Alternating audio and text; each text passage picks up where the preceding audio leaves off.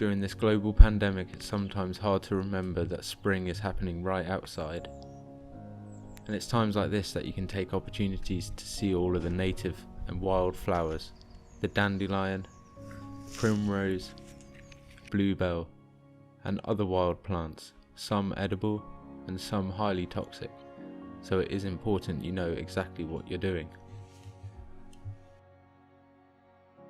So what we have here is actually bluebell mixed in with this Three Cornered Leek, and it's really blends in together. You can tell just from looking at it, you can't differentiate the leaves. So once you've identified a plant like this, for example, apart from the bluebell, the bluebell has round stems. So if I pull one here, we'll find one that's been broken. This has a round cross section on it, and it's quite purplish towards the tip and fairly firm. Whereas if we go for one of these Three Cornered Leeks, we'll get this one. You can see it has a triangular cross section and a distinctive smell of onion, garlic. So these unopened flower buds here are really good spring eating, really good in a salad. So yeah, something really nice. Can make a pesto, a sauce out of these for sure. So I'm going to harvest a few of these and probably do just that. So even the leaves here, you can see, are quite triangular in cross section. They're quite flat and convex on this side, and they have a raised triangular kind of keel section on the back, and that's quite prominent. Whereas if you look at the bluebell, it's quite triangulated on the front side, and on the back, even though it has got that raised keel, it's not so triangular, and it's more of a fold. So it's one to look out for. Definitely don't mix them in. So I've got some of these spring greens here, Three Cornered Leek, and I'm going to take these home and use them as a fresh ingredient. But obviously if I was out and there wasn't a lockdown, I'll be able to turn this into a nice accompaniment for a meal.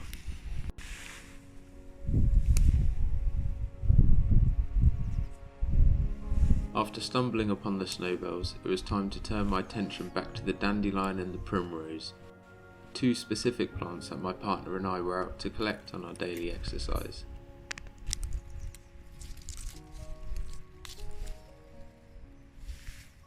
So primrose flowers are actually really good as well. Gonna add these in to our honey. So we're gonna make a dandelion and primrose honey, so all wild flowers.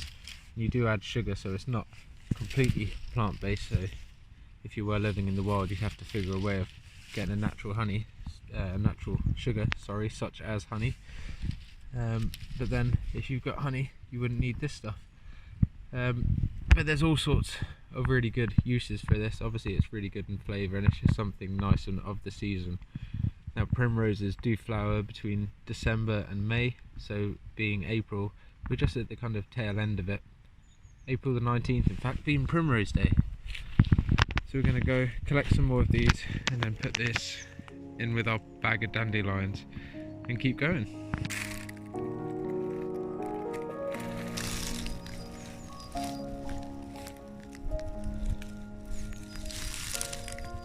It's a good opportunity for everyone, whilst on lockdown and home from the usual strains of daily work life, to share your bushcraft journey with those closest to you.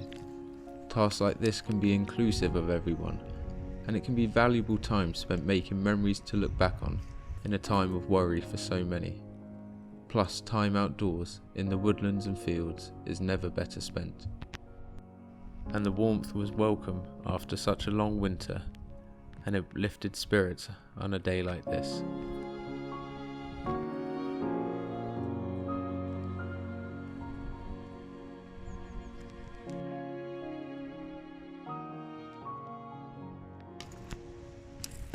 Today we're actually out in the woods, just taking our daily exercise during the lockdown. And we're taking this opportunity to pick some primrose like you've just seen, because we've actually seen a lot of dandelions in the garden that we're going to pick, and we're going to mix those primrose and those dandelions together and going to make a wild kind of honey. So it's a really nice thing to do, going to be really nice and flavourful and full of some really nice goodness from this time of year. And it's just something fun to do together, come out and forage some wild foods, some wildflowers like that, and make something that we can enjoy on toast while we're cooking, and probably out on trips in the future. Walking home, we saw dandelions, acting as a reminder that this is doable in an urban environment, although care should be taken that they haven't been sprayed with chemicals or domestic animals fouled on them. Come back and we've put all of the primrose and dandelion flowers into this jar now, and we're just going to take all the little green bits off of the primrose flowers and any excess stalks that are on the dandelions. Some people do just remove the petals from inside, but other people don't. We're just going to leave it like this. So we've got quite a fair size amount. We're just going to wash these then for 5 minutes, let them soak to get any insects out, and then boil them for about half an hour in some water, and then let it steep overnight, and then tomorrow we can add sugar to that, boil it and reduce it to a honey.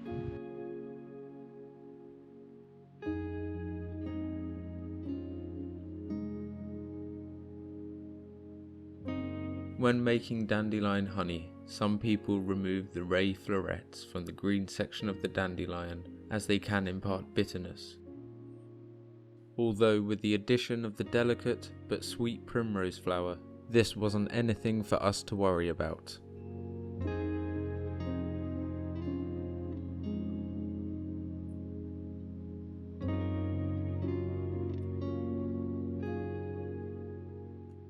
So just picking any leftover stems and bits of greenery now. Got quite a good haul.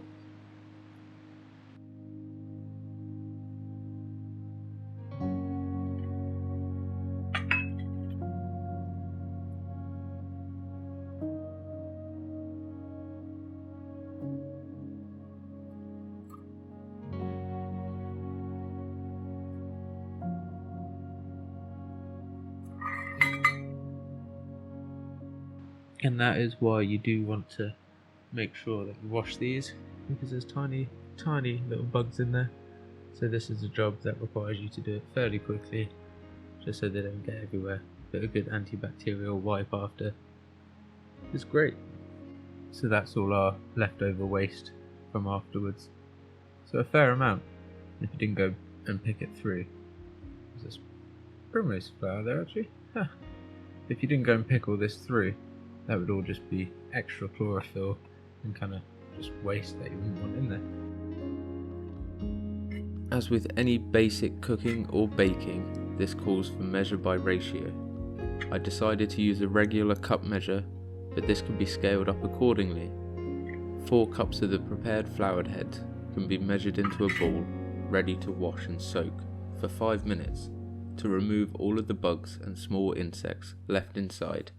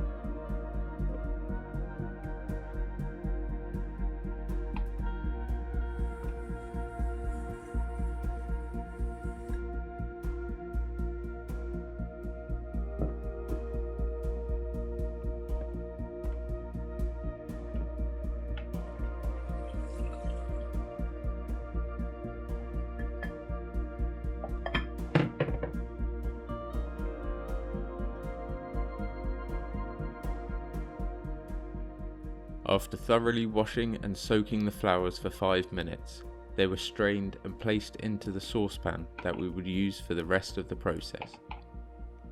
To this, 3 cups of water were added, the only water that would be added between now and the end.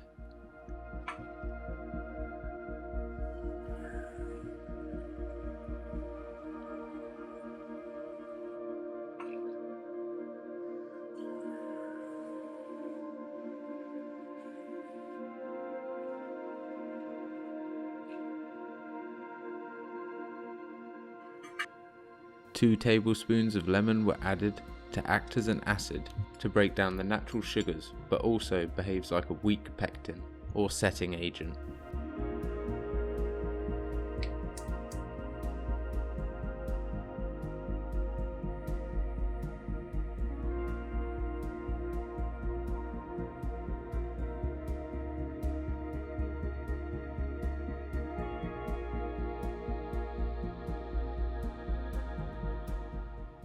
This was then gently brought to the boil for a good 5 minutes, to then be turned down to a gentle simmer for the next half an hour.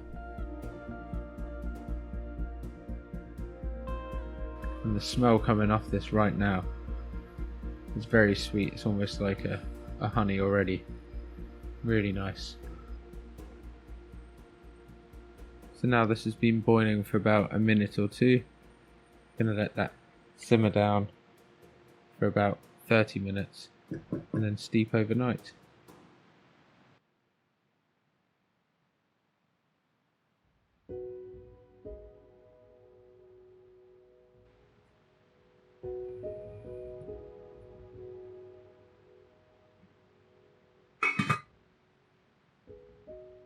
So that can be now left to steep overnight until the morning.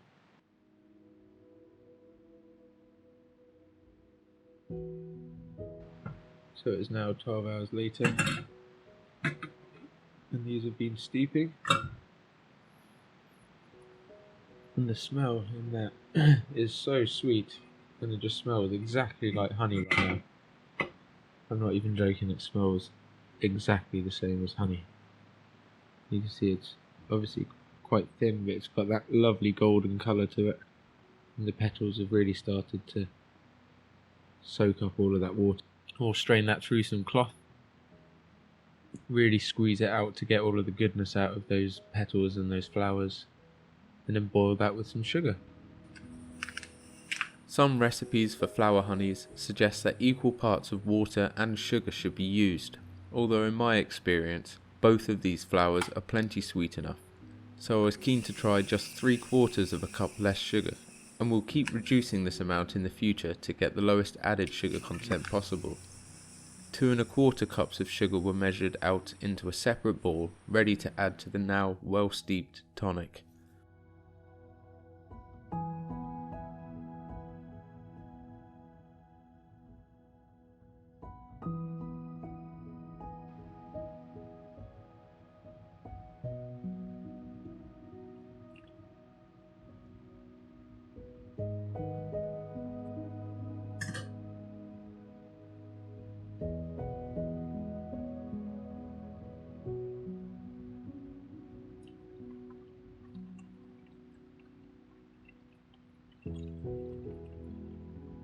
The tonic itself was strained into a separate bowl using a cotton cloth. Any old but clean item of clothing will do, as long as the weave is fine enough to only allow the liquid through.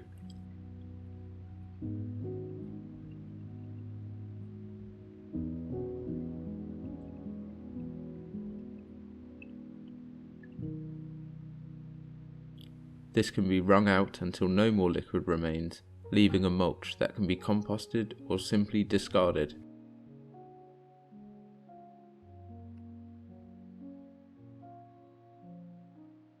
So, got the Dandelion and Primrose liquid now.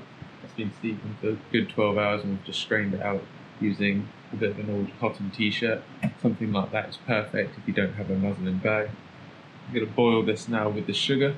So the ratio is that I'm using is 2 1/4 cups of sugar, 4 cups of flowers that have been steeped with 2 tablespoons of lemon juice and 3 cups of water.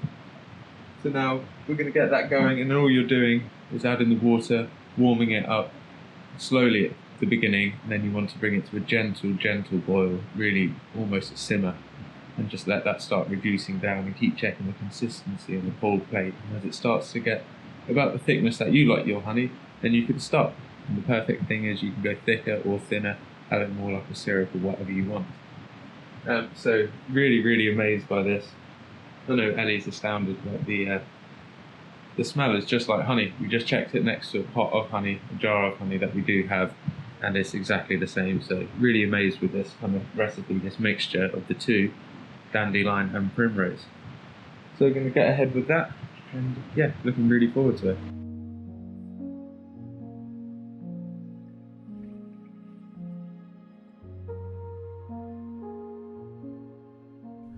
The liquid was then added to a saucepan again, and any residue swilled out with a small amount of clean water.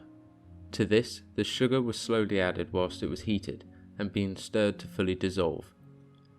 This part is a slow process, and reducing the water volume can take a few hours, so patience, as with most steps of this recipe, is definitely a virtue, but always watching over to ensure things don't get too hot and potentially scorch.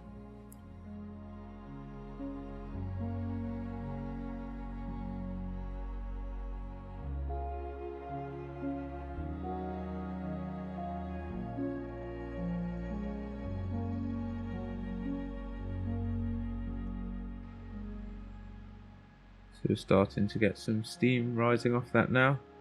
So we just want to keep making sure it's a good steady temperature and doesn't overheat. But just bring it to a really slow and low simmer.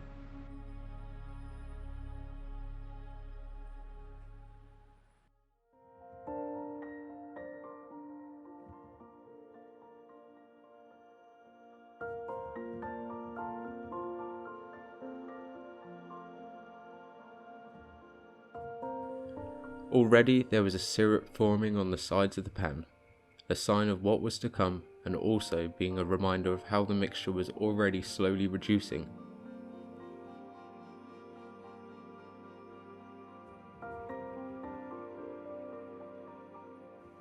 And this was a good time to check the consistency. Using a teaspoon to pour a small amount on a cold ramekin allows it to cool and the viscosity present itself. After only 40 minutes boiling, it was still quite runny, so it was left to carry on its transformation. Another 40 minutes later, it started to bubble vigorously, a sign that the majority of the water had finished boiling off.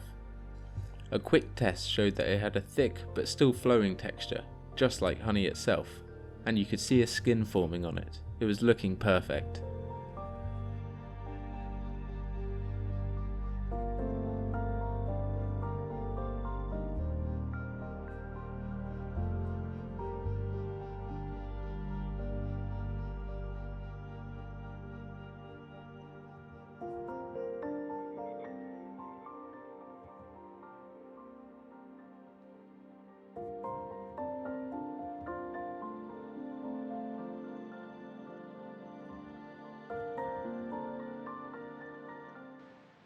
So I'm just going to test this, a little bit of the dandelion honey.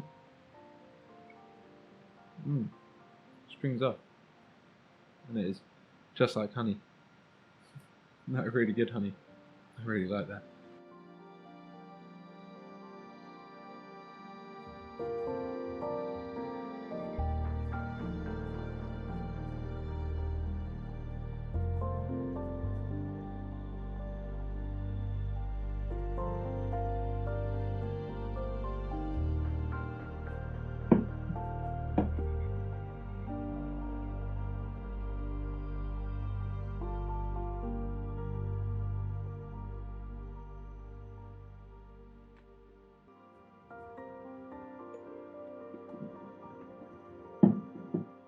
Washing a medium-sized jar in hot soapy water ensured that there was nothing that could contaminate our finished product, whereas the lids could be sat in boiling water, as these also hold dirt or bacteria.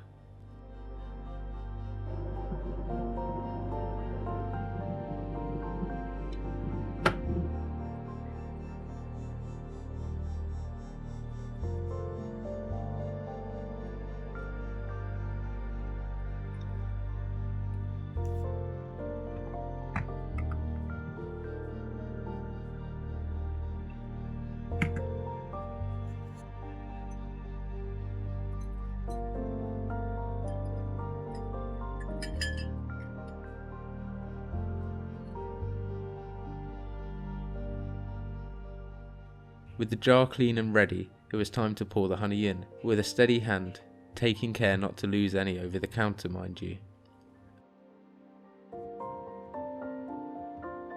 The colour really is that of honey, and considering it's not, well, it really doesn't get any better than that.